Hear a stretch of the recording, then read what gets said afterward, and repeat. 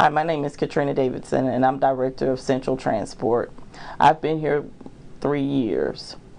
I have been working in the Central Transportation Department with the shuttle services, and we work every day to improve our services, streamline our routes, and to make sure that our customers get to where they need to go safely and efficiently.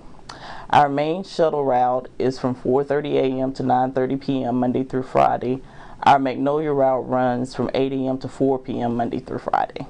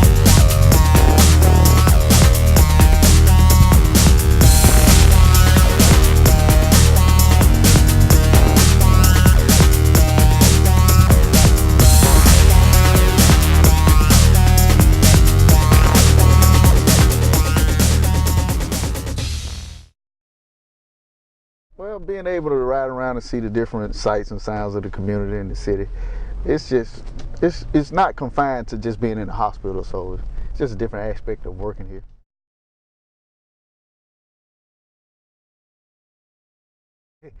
Cars coming up the one way, I see that just about every day, and it's kind of funny when you see a car that's on a one-way coming directly at you and you know that it's going the wrong way.